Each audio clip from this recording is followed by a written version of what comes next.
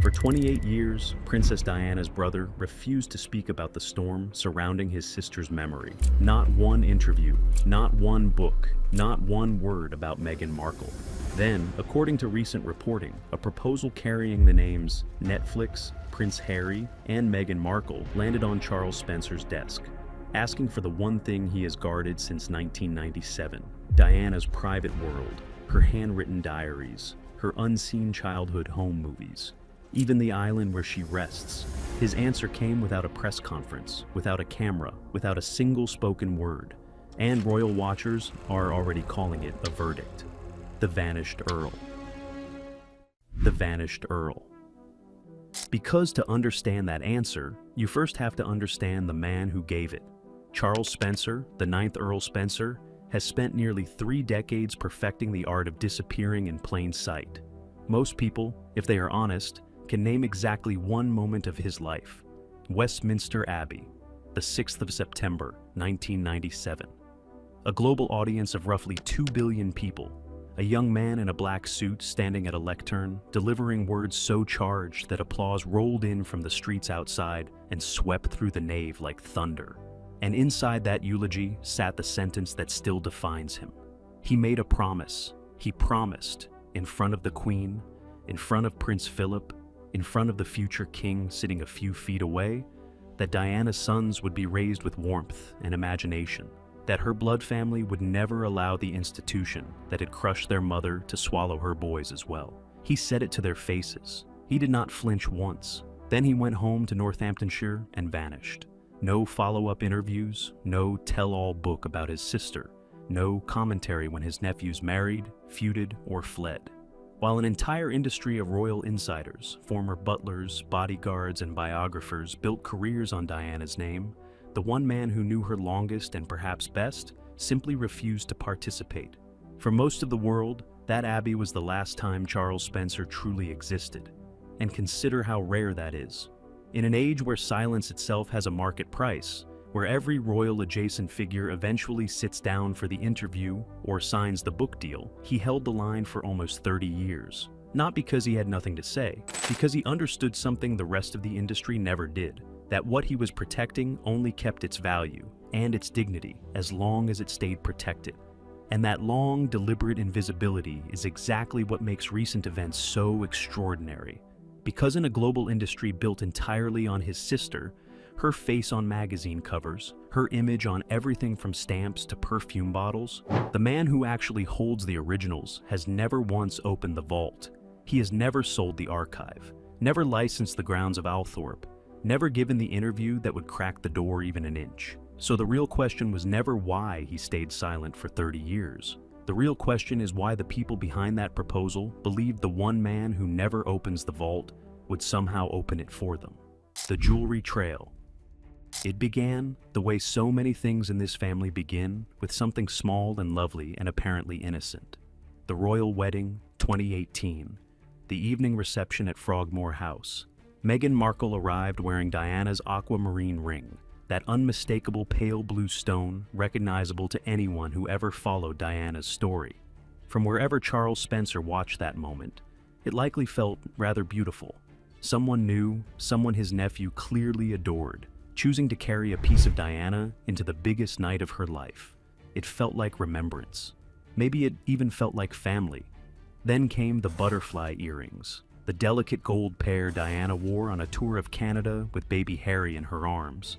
Then the Cartier watch, the classic timepiece Diana treasured. Then the gold bracelet. Piece by piece, items that had once belonged to Diana kept surfacing on Meghan at precisely the moments when a photograph was not merely likely, but guaranteed. Major public events, choreographed arrivals, maximum lens coverage. Each appearance instantly recognized and instantly folded into a narrative connecting the new Duchess to the lost princess. Now, in fairness, nobody can prove the intention was anything other than genuine tribute. Grief does strange and tender things inside families. And wearing the jewelry of a mother-in-law she never met could easily be read as love. But sit with the harder question for a moment. When does tribute become a pattern? And when does a pattern start to look like a strategy? Once is remembrance, twice is habit. Every single appearance after that Time to a certain camera becomes a decision, a choice made by people who understand exactly what those stones mean to the watching world. And the man at Althorpe, the keeper of everything Diana left behind, was quietly watching all of it.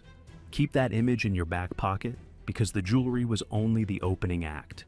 The Oprah Echo, March 2021. The whole planet remembers the broadcast. But picture it the way Charles Spencer reportedly experienced it, watching alone from the estate where Diana grew up. The lighting was low and golden, the setting was soft, intimate, confessional.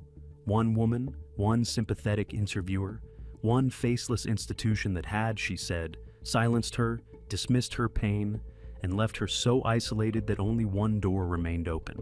The door that led straight to the public. There was the talk of feeling trapped. The claim that cries for help were ignored. The sense of a woman alone against a machine too cold to understand her. Millions watched it as a bombshell about the modern monarchy. But if you know recent royal history at all, the chill of recognition hit you instantly. Because what unfolded on that screen was almost beam for beam the architecture of Diana's 1995 panorama interview. The same shape, the same stakes, the same story, told a generation apart. Before I lay these two moments side by side, do one small thing for me. Tap subscribe. This channel sits with the quiet stories, the ones built on silence, on locked archives, and on people guarding a truth everyone else is racing to sell. If that is the kind of story you want more of, subscribe so you never miss the next one. Now watch how perfectly the two interviews rhyme. A royal wife, isolated inside the palace walls, speaking of an institution deaf to her suffering. Every internal door closed to her, so she goes over the institution's head, straight to the nation, through one trusted interviewer. The soft, low lighting is the same. The single sympathetic questioner is the same. Even the quiet, wounded delivery follows the same emotional score, almost beat for beat. Only one thing changed between 1995 and 2021, and it is the most telling difference of all. Diana gave her interview while still trapped inside the system, with no exit in sight and everything to lose. The 2021 version was filmed from a villa in California after the exit, with a production apparatus attached and a streaming partnership already in motion. The original was a cry for help. The remake, whatever else you believe about it, functioned as a launch. And watching from his sister's childhood home, Charles Spencer reportedly did not experience that hour as tribute at all. To understand why it cut him so deeply, you need to know a secret about this man and the panorama interview. A secret most coverage never touches. The secret guilt. By long-standing accounts, it was Charles Spencer himself who first brought his sister into contact with Martin Bashir, the journalist behind the 1995 panorama interview. And we now know, through a formal inquiry led by a former senior judge, exactly how that interview was obtained. Forged bank statements, fabricated documents suggesting that people close to Diana were secretly being paid to spy on her, manufactured proof of betrayal, designed to convince a frightened, isolated woman that everyone around her was an enemy, and that her only safe move was to sit in front of a camera and bleed for the nation. Her vulnerability was not a side effect of that broadcast. Her vulnerability was the product, and her younger brother, deceived by those same fake documents, had unknowingly held the door open. The inquiry concluded that the forgeries had been used to deceive him into arranging the crucial introduction. The broadcaster's own director general eventually apologized to him directly. Think about what that does to a person. You spend your entire adult life believing you are your sister's protector. You stand in Westminster Abbey and promise 2 billion people that you will shield her sons. And then, decades later, you learn that the single most psychologically damaging media event of her life walked in through a door you were tricked into opening. There is no way to fully repair something like that. You cannot unopen a door. You cannot unbreak a sister. All you can do is make absolutely certain it never happens again, and then spend the rest of your life keeping that promise. By every account, everything he has done since has been an act of quiet atonement. The sealed archives, the refusals year after year, to every producer and publisher who came knocking. The decision to bury Diana on the island at Althorpe, on family ground, rather than hand her back to the institution. The home movies nobody outside the family has ever seen. The handwritten diaries nobody outside the family has ever read. He has been making certain that nothing like Panorama can ever happen to Diana again. Not in life, not in death, not now. Every locked drawer at Althorpe is an apology. Every refused request is a promise kept late. When you understand that, his 30 years of silence stop looking like coldness and start looking like penance. And in doing so, he achieved something almost no famous figure of the modern era has managed. He protected her mystery. There is a real, unguarded, fully human Diana that the world never got to consume. She survives only because one man kept saying no. So, picture him at his desk when the courier arrives with a proposal that wants all of it. The pitch. Let me lay out what that proposal reportedly contained, because once you hear it, his response stops looking like aristocratic coldness and starts looking like the only rational answer a man in his position could give. The concept, according to the reporting, was a grand anniversary documentary timed for 2027, marking 30 years since the Paris Tunnel, an emotional, cinematic, definitive Diana film, fronted by her own son. On paper, it sounds irresistible, and by these accounts, the streaming giant behind it was immediately interested. But look at what the project reportedly required to exist. It wanted Althorpe itself, the childhood home, the grounds where Diana played, the island where she rests. It wanted the private family archives. It reportedly sought access to Diana's personal handwritten diaries, pages she wrote for no audience but herself. It wanted the home movies that have never been broadcast, the unguarded, genuinely private Diana that no one outside the family has ever touched. And understand what those requests really mean. The diaries are the closest thing that exists to Diana's private voice, her unedited thoughts in her own hand. The home movies are a childhood, a person before the world got hold of her. Handing those over is not licensing content. It is surrendering the last version of Diana that has never been sold. Because without those elements, the film would be just another documentary stitched together from recycled clips, indistinguishable from the dozens already made. With them, it would become the definitive Diana film of the century. The difference between another product and a cultural event was sitting in one man's vault.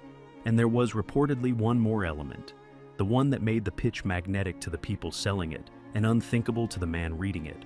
The project reportedly aimed to draw a straight, explicit line between Diana's war with the establishment and Meghan's, to position Meghan Markle as the modern continuation of Diana's story, the 21st century version of the woman who refused to be silenced. Diana's halo, formally transferred. Because a proposal like that does not arrive in a vacuum, it arrives at the end of a long chain of moments, each one filed away by a man who forgets nothing where his sister is concerned. Remember everything Spencer had already watched by the time this landed. He had watched the jewelry appear, piece by piece, in front of the world's cameras. He had watched the Oprah interview rebuild the architecture of Panorama almost beat for beat. He had watched a streaming series in which a couple fleeing the press framed themselves as hunted by the same machine that destroyed Diana, reportedly without a single call to Althorpe. And now, the same operation wanted the originals, the diaries, the island, the vault itself, all of it, to crown a story that ends not with Diana, but with Meghan wearing the halo. The silent verdict. According to the reporting, he shut it down. Completely. No access to the archive, no access to the estate, no blessing from the Spencer family. And here's the detail that matters most. He did not call a press conference. He gave no interview. He released no statement and said nothing to any camera. He simply closed the door. And in closing it, he made his position unmistakable to everyone who mattered. For a man who had guarded his silence for almost 30 years, the refusal itself was the loudest thing he had ever said. That is what breaking silence looks like when the man in question does not use words. His answer was the sound of a vault ceiling shut. No spin doctor could soften it. No friendly source could reframe it. There was nothing to quote, nothing to fact check, nothing to litigate. Just a door, and the fact that it did not open. And notice how completely that flipped the script. For years, the Sussexes have controlled their own narrative through interviews, documentaries, and carefully placed sources, always with a version of events ready to go. Against a statement, they could respond. Against a lawsuit, they could fight. But against pure silence, there was nothing to push back on. He gave them no villain quote, no angry uncle soundbite, no material at all. Just an empty space where the green light was supposed to be. and the royal watchers reportedly heard it at once.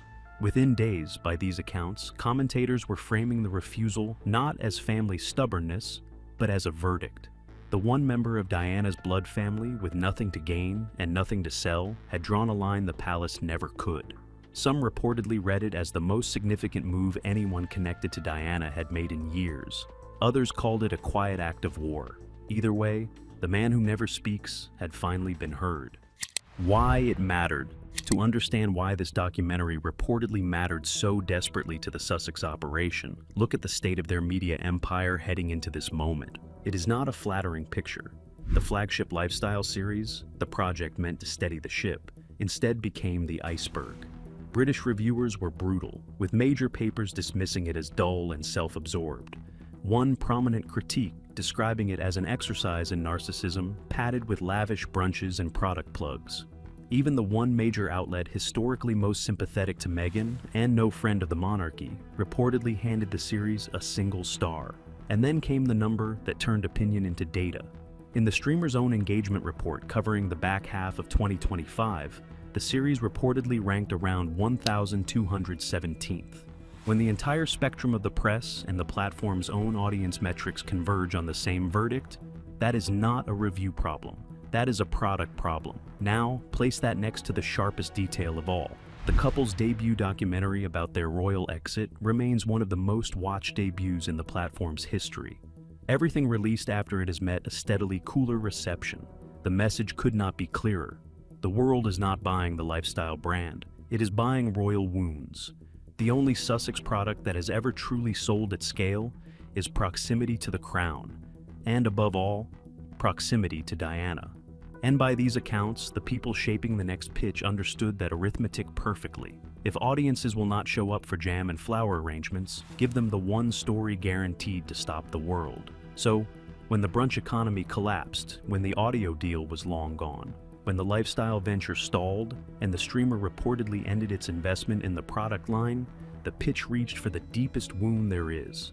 That Diana film was never a passion project. It was a rescue flare, and the man at Althorpe let it burn out in the dark. The unlicensed currency. Strip the emotion away for a moment and look at this purely as a question of assets. When Harry and Meghan stepped back from working royal life, they had to build a commercial existence on something. What they carried out of the palace was fame with an expiry date, and one asset more valuable than everything else combined: Diana, her face, her myth, her martyrdom. In business terms, the Sussex operation has been trading on a brand without holding the license. Because the actual license holder, the keeper of the archive, the owner of the originals, is a man in Northamptonshire whom nobody in Montecito appears to have thought to consult. Every ring on a red carpet, every panorama echo in a confessional interview, every framing of themselves as hunted like Diana was an unauthorized withdrawal from an account he quietly controls. And you have already watched the ledger climb across this story, from a borrowed ring in 2018 all the way to the reported request for the vault itself. They began by borrowing her jewelry. They ended by asking for her soul. Each withdrawal larger than the last, each made without a word to the man who keeps the account. And the final one bounced, because it turns out there was always a limit to that account. It just took 8 years of escalating withdrawals to find it. The only no. Now comes the part royal watchers keep underestimating, because it is really a question about power. In this entire drama, who is actually free to say no? Prince William has reportedly been privately unhappy for years about the commercialization of his mother's image. But look at his position. He is the future king, and every move carries institutional consequence. He cannot publicly block his own brother's projects without manufacturing a global headline about palace censorship and a family at war. When the institution blocks something, it always reads as the establishment protecting itself. But when Diana's own brother refuses, everything changes. When the man who stood in that abbey and vowed before 2 billion people to protect her sons shuts a project down. That is not institutional control. That is family honor, and nobody on earth can spin it. The palace understands this. Courtiers can brief and aides can leak, but none of it carries the weight of one quiet decision by a private citizen who answers to no one. There is exactly one man in this story with genuine standing, blood ties to both princes, moral title to Diana's memory, And no royal office, no crown funding, no institutional agenda at all. The one person free to close the door is the one person whose refusal cannot be weaponized against the crown. William never had to lift a finger. The gate at Althorpe did the work for him. Where things stand. And the deeper fracture has not moved an inch. By recent accounts, there may be some appetite within the family for a limited thaw with Harry himself. But there is reportedly almost none where Meghan is concerned, and it comes down to a single word: trust. There is none left. The family's deepest fear, according to this reporting, is not Meghan's anger. It is her content calendar. The worry that any private conversation becomes raw material, that every honest exchange over a family dinner could be filed, packaged, and shipped as the next streaming product. When relatives believe reconciliation itself might be monetized, reconciliation becomes almost structurally impossible. Even the 30th anniversary itself now sits in the calendar like a landmine. Any commemoration William plans will be measured against whatever Montecito releases. Any silence will be read as a message. Grief, the one thing these brothers still share, has become the territory they are fighting over. That is the real inheritance of this saga. Not a documentary, not a deal. Two brothers who cannot find a road back to each other. And while the family stays silent, the public has done the exact opposite. Millions of people have already picked a side in this fight. The two camps are digging in, and the argument between them is about to get a whole lot louder. Whose side? So, let me lay out both camps, because this argument is running across every feed and front page, and sooner or later, it will demand an answer from you too. On one side, stand those who back the Guardian. They argue Diana's story has been told and retold for 3 decades, that turning her memory into a content pipeline cheapens her death, and that a 30th anniversary should mean private reflection, not a premiere with a marketing plan. On the other side, Harry's defenders raise a case that deserves a genuine hearing. Diana shaped both of her sons equally, and Harry holds a piece of the historical record that no other living person can supply. What it was actually like to be her child, to be walked through hospital wards and homeless shelters by her hand, to lose her at 15, in front of the entire world. Nobody can take that away from him. So, stand in both pairs of shoes. Imagine you are William, and the most painful event of your childhood is being scheduled as a content drop, with a premiere date by your brother's production partners. Now, imagine you are Harry, being told that the story of your own mother, the woman, who took you into those shelters to show you what your privilege was for, is somehow not yours to tell. Both positions hurt.